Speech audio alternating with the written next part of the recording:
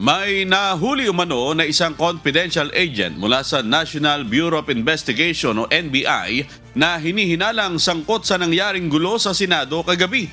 Ayon kay Senator Amy Marcos, nahuli nila ang nasabing agent matapos umanong balikan nito ang kanyang naiwang tactical bag sa second floor ng Senate building kung saan nangyari ang pagpapaputok ng baril. Anya, pinangalanan nito kung sino ang nag-utos sa kanila na lusubin ang Senado para dakipin si Senator Ronald Bato de la Rosa.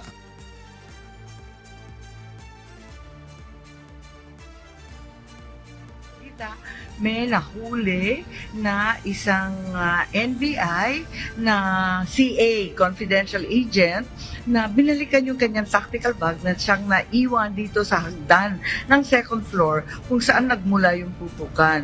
Ngayon, yung tao na nahuli, pinangalanan yung NBI boss niya, si Attorney Bomediano ng NBI Transnational Crime. Kung sino man siya daw yung nag-order sa kanila na lusubin yung Senado at takipin si Senator Bato. Ano man ang mangyari, sino man ang masaktan. Hataw!